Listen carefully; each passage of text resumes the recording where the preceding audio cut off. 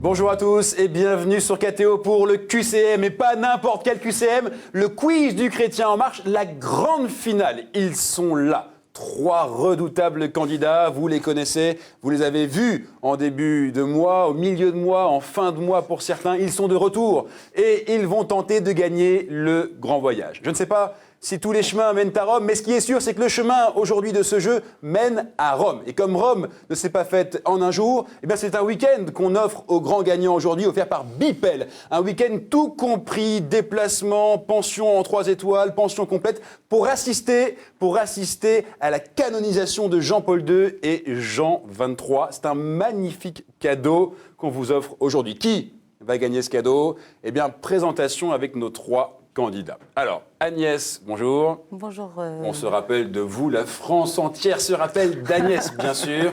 Vous êtes parisienne, toujours? Tout à fait. Vous n'avez pas déménagé en un mois? Non, non, non. Très bien, vous êtes toujours grand-mère. Oui. Vous avez combien de petits-enfants, rappelez-nous? 7 petits-enfants. 7 petits-enfants qui sont à peu près partout dans le monde, je crois. Exactement. Très bien. Oui. Et vous avez 2 passions? 2 passions, donc le jardinage Oui. et puis la peinture. Bon, parfait. Oui. Bonne chance à vous, Agnès. On se rappelle de Julie. Julie, la redoutable Julie qui descend de ses montagnes à Paris pour gagner ce jeu. Vous êtes là avec Oui. la gagne, parce que la montagne, ça vous gagne. Vous venez de... Tout à fait, du Grand Lens en Isère. Du Grand Lens, un Isère. Et vous avez une passion toujours pour... Le chant en variété française. Bonne chance à vous. Et à côté de vous, on a Nicolas. Bonjour. Bonjour Nicolas. Alors là, Nicolas, évidemment, tout le monde s'en rappelle. C'est un petit peu, Nicolas, le buzzer fou. C'est-à-dire qu'il appuie sur le buzzer sans arrêt, sans arrêt. Et au final, ça paye. Il donne des bonnes réponses. C'était bien. Non, vous avez fait une finale remarquable la semaine dernière. Vous avez appuyé dans tous les sens. Je ne savais plus que faire. Merci, Charlie. Je vous jure que le soir même, je me suis écroulé. J'étais épuisé. Ça frôle l'anti-jeu, mais Non, mais c'est merci, très bien. merci Bravo. Darig, ouais. Nicolas, vous êtes dans le livre, vous. Oui, dans le Limousin aussi. Dans le Et Limousin. le livre, un projet de chambre d'hôte littéraire, donc je passe un CAP de reliure en ce moment. Donc, chambre d'hôte littéraire, ça veut dire Ouais, quoi? atelier de reliure plus séjour autour du livre. Par contre, juste une petite, vous me faites peur, vous nous promettez le grand voyage comme cadeau. Ouais. Non, bien sûr. Moi, grand je ne voyage. suis pas sûr de... Le grand voyage pour Rome. Bonne blague, merci Nicolas. Alors Nicolas, j'espère que dans votre chambre d'hôte, bien vos clients n'auront pas froid et qu'ils pourront sortir des couvertures de livres. Voilà. très bon. Bonne chance à tous les Merci, 3. Charlie. C'est la grande finale. Au bout de cette finale, vous savez, donc il y a un week-end pour Rome. C'est l'heure de faire vos premiers pas. C'est parti.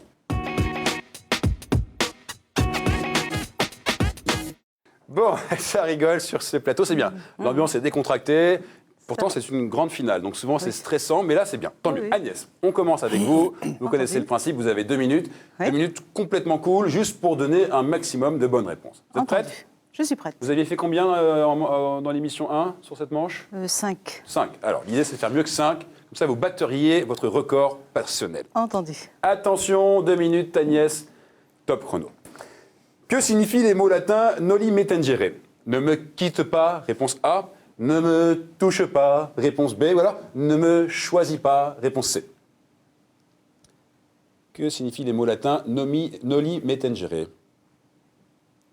Ne me quitte pas, ne me touche pas ou ne me choisis pas? Allez-y, Agnès. Ne Allez-y. me choisis pas. Ne me choisis pas, réponse C. Oui. Et non, c'était la réponse B, ne me touche pas. C'est pas grave. Qu'était Agar, la mère d'Ismaël? L'épouse d'Abraham, réponse A. La servante de Sarah, réponse B. Ou alors la sœur de Lémec, réponse C. La servante de Sarah. La servante de Sarah, et oui, 1 point. Quelle fête païenne Noël remplace-t-elle? La célébration du solstice d'hiver, réponse A. Halloween, réponse B. Ou alors les bacchanales, réponse C. Le solstice d'hiver. Solstice d'hiver, réponse A. Et oui, heureusement que vous ne m'avez pas dit Halloween, sinon je vous aurais dit, vous me prenez pour une citrouille. Quelle congrégation fut fondée par Jeanne de Chantal? Est-ce que ce sont les Salésiennes, réponse A, les Petites Sœurs des Pauvres, réponse B, ou alors les Visitandines, réponse C? Les visitandines. Réponse C? Oui. Et Agnès, 3 points déjà. Qu'appelle-t-on le yahwiste? Le zélote meurtrier yaviste? Le zélote meurtrier du grand prêtre? Réponse A. Le prophète Isaïe? Réponse B. Ou alors un des 4 auteurs du Pentateuque? Réponse C. Le yaviste. Un auteur du Pentateuque. Un des 4 auteurs du Pentateuque. Et Agnès, parfait, 4 points, c'est beau, continuez. Quelle est la particularité de la croix de Jérusalem? Elle comprend 5 croix, réponse A. Elle est tréflée, réponse B. Ou alors, elle est verte, réponse C. Elle est La croix composée de Jérusalem. 5 croix. Elle est composée de 5 croix. Oui. Enfin, je crois, comme le crapaud. Bien joué. D'où est extrait l'évangile lors de la fête du Christ roi? Réponse A, du récit de la Passion. Réponse B, du discours sur la montagne. Réponse C, du récit de la transfiguration. Pour un 6e point, donc pour battre votre record personnel, Agnès. C'est votre dernière réponse. D'où est extrait l'évangile lors de la fête du Christ roi? Agnès. Je dirais le récit de la Passion. Le récit de la Passion. Ouais. Et oui, bien joué. Large Super. sourire sur votre visage, vous avez raison. 6 points, c'est un beau score. En finale, c'est un très très beau score. Et en plus, vous battez votre record personnel. Oui, en Bravo plus. Agnès. Heureuse?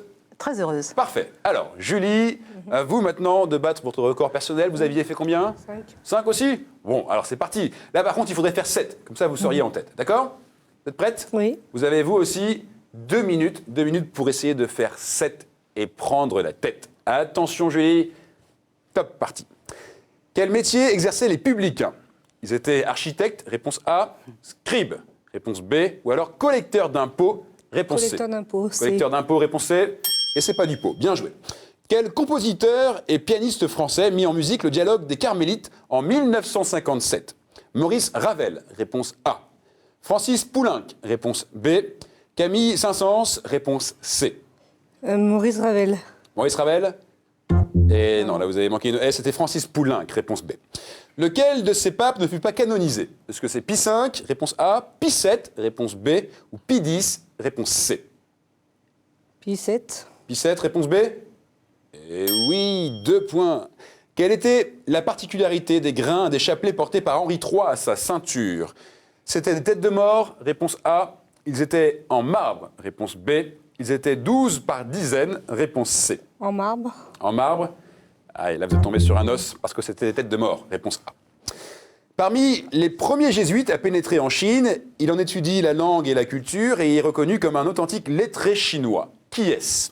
Matteo Ricci, réponse A. Saint François Xavier, réponse B. Marco Polo, réponse C.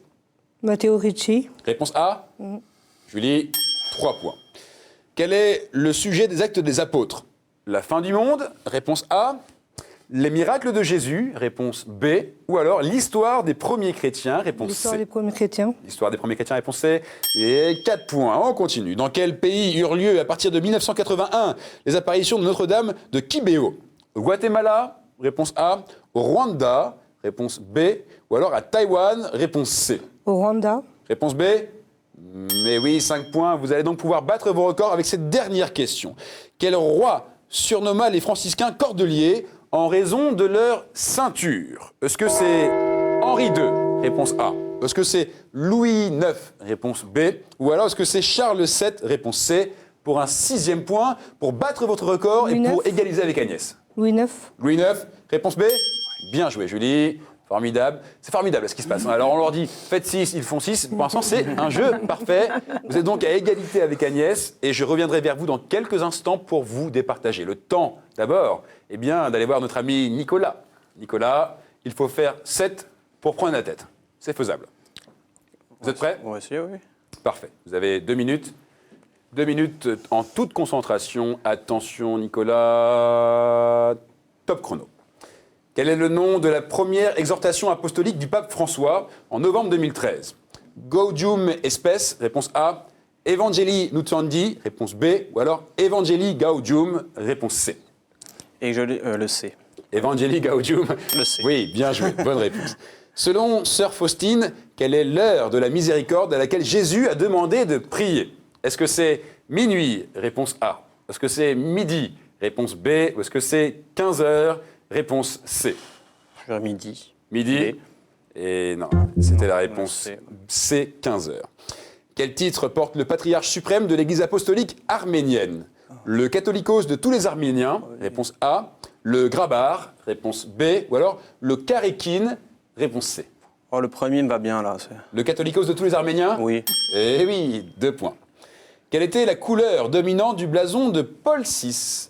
Est-ce qu'il était noir? Réponse A. Rouge, réponse B. Ou vert, réponse C. C. Vert? Oui. Ah non, vous pouvez rougir parce que c'était la réponse B, rouge. Qu'appelle-t-on le toast d'Alger?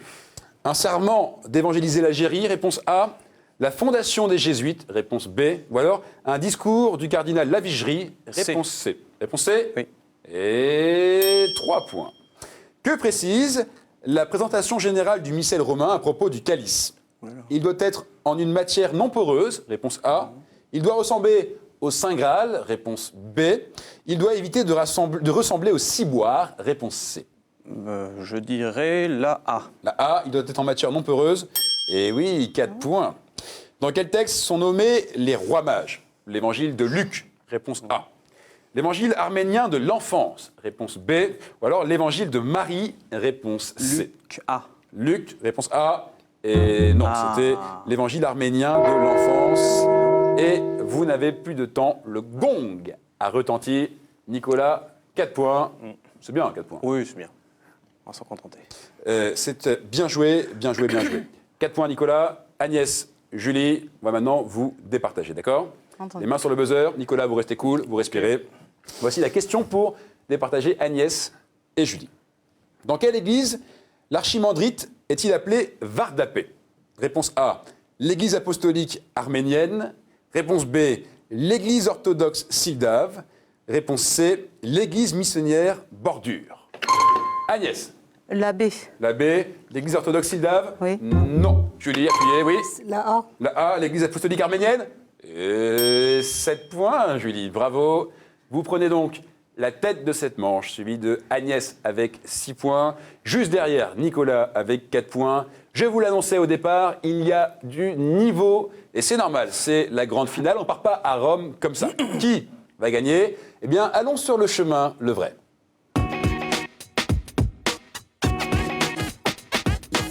Bienvenue sur ce chemin. Agnès, je vous vois rigoler. Ben oui, Ah oui, un petit évidemment. peu. Vous vous êtes rendu compte que c'était des inventions liées à Tintin. Vous avez parlé de Exactement. l'église orthodoxe Sildave, le peuple Sildave, et pareil, Bordure, c'était Tintin, tout ça. Et grâce à la houppette de l'animateur, on parle beaucoup de Tintin ici. Bref. Exactement. Allez, on est sur ce chemin, le vrai. 6 thèmes apparaissent sur les écrans, on arrête de rigoler maintenant. Saint et témoin de la foi, thème 1. La Bible, thème 2. L'Église et son histoire, thème 3. Liturgie, prière et sacrement, thème 4.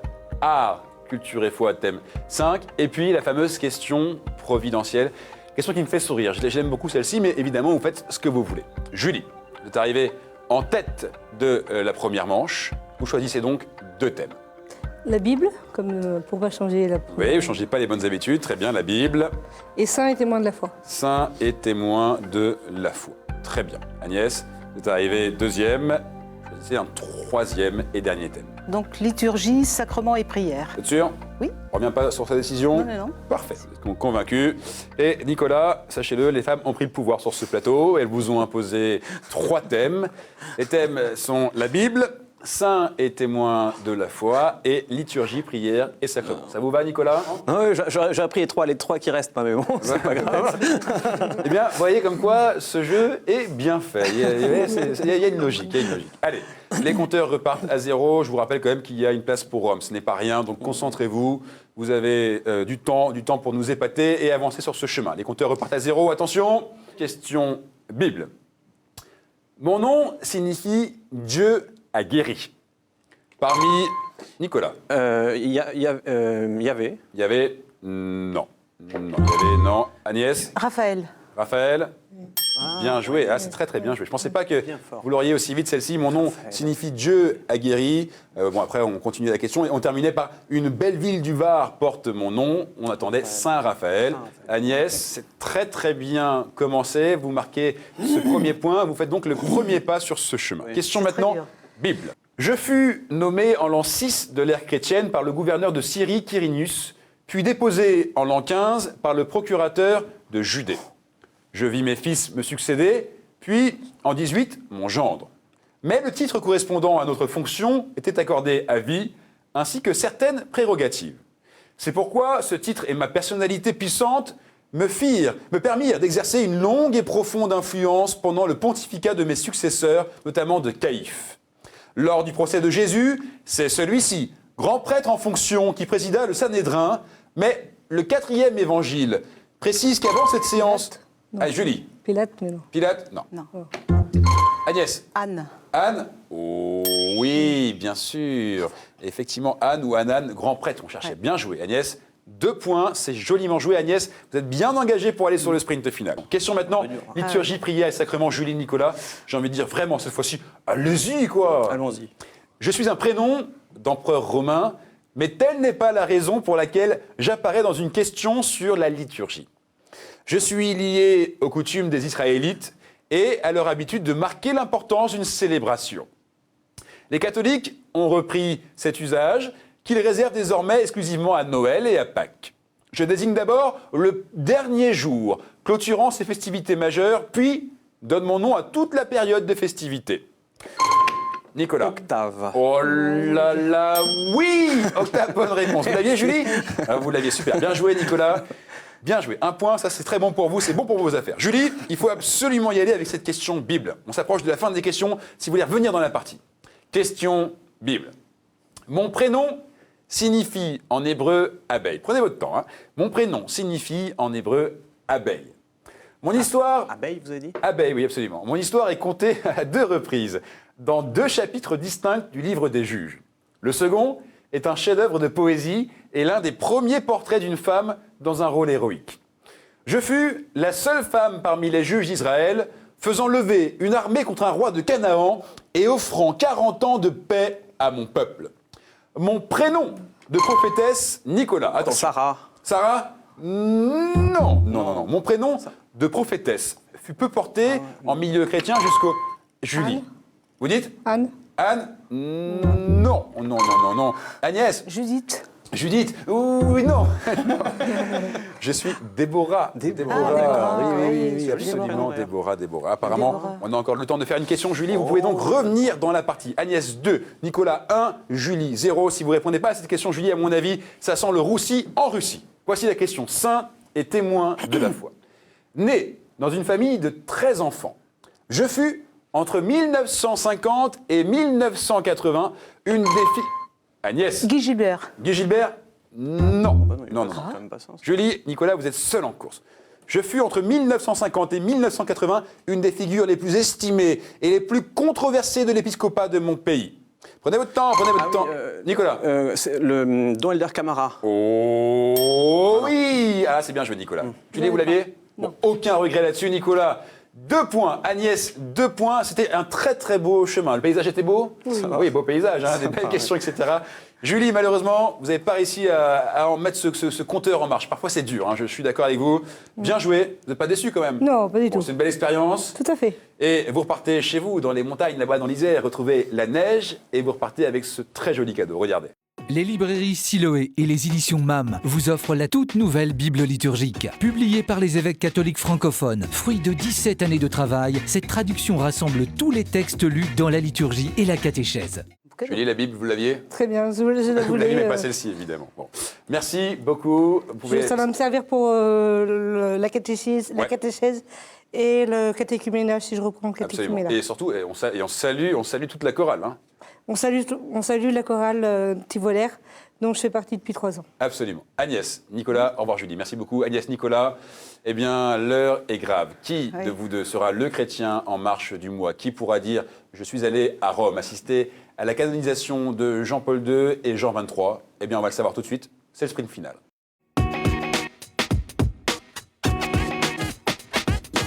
Qui va partir à Rome? Qui va gagner ce magnifique week-end? Eh bien, on va enfin le savoir. Est-ce que c'est Agnès? Est-ce que c'est Nicolas? Qui de Nicolas ou d'Agnès va inscrire son nom à la liste des gagnants de ce jeu? Vous connaissez le principe. 7 questions. 7 questions autour d'un seul et unique thème. Et ce thème aujourd'hui, c'est vous, Agnès, qui allez le choisir. Vous avez donc une lourde responsabilité, Agnès. N'est-ce pas? Allez-y. Je vous laisse prendre une carte, n'importe laquelle. Mais avant demain quand même. Voilà. Vous la regardez. Est-ce que c'est une carte qui vous plaît, Agnès? Oui, non? Non. Oui, non. Alors allez-y, montrez-nous la carte.